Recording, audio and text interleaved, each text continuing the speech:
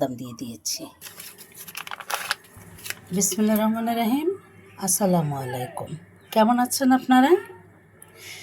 আলহামদুলিল্লাহ, আশা করি ভালো আছেন। আমি একটা সুজির কেক তৈরি করব। আমি গুঁড়া দুধ নিয়েছি 4 টেবিল চামচ, 1 বাটি আমি চিনি নিয়েছি, 1 বাটি সুজি নিয়েছি, 3টা ডিম নেব।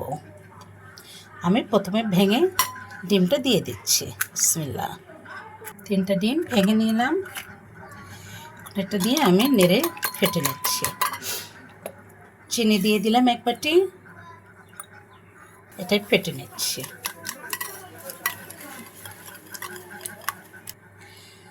দুধ দিয়ে দিচ্ছি,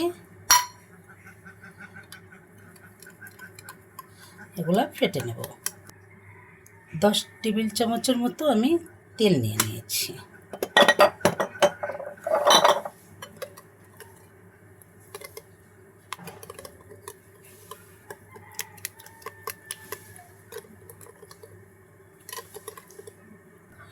স্বাদের জন্য আমি একটুখানি লবণ দিচ্ছি। টেবিল চামচের 10 ভাগের 1 ভাগ মানে আমি লবণ দিয়ে দিয়েছি। আমি একটুখানি বেকিং সোডা দিয়েছি আর 1 টেবিল চামচের মতো আমি বেকিং পাউডার দিয়ে দিচ্ছি।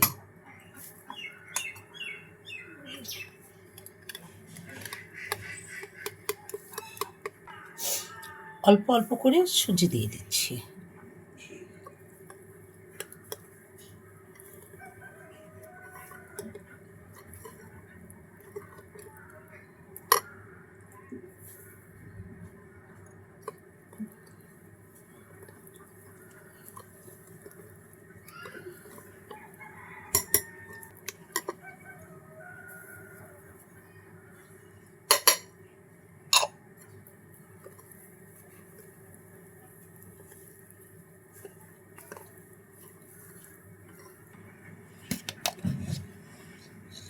দু টেবিল চামচের মতো আমি কর্নফ্লাওয়ার দিয়ে দিচ্ছি।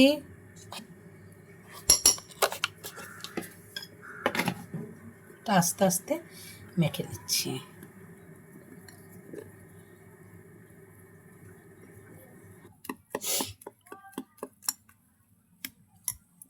ভ্যানিলা এসেন্স দিয়ে দিলাম একটু, ব্যাস 1 চামচের মতো।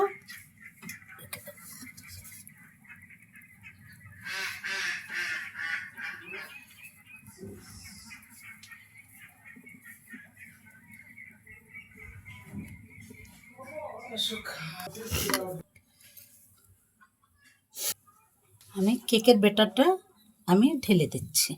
বিসমিল্লাহ।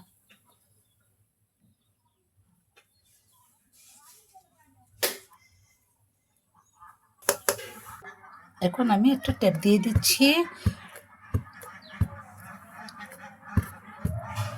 এটা যেন ভালোভাবে কোনো ভিতরে বাষ্প না থাকে।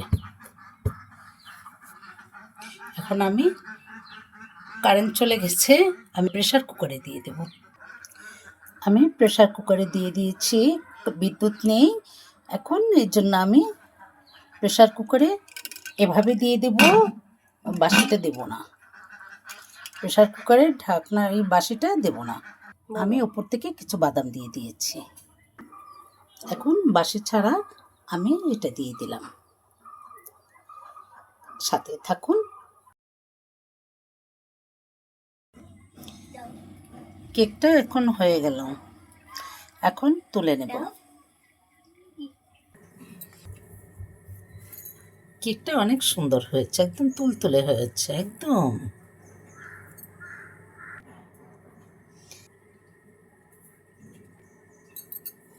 কেকটা এখন উঠিয়ে নেব। যে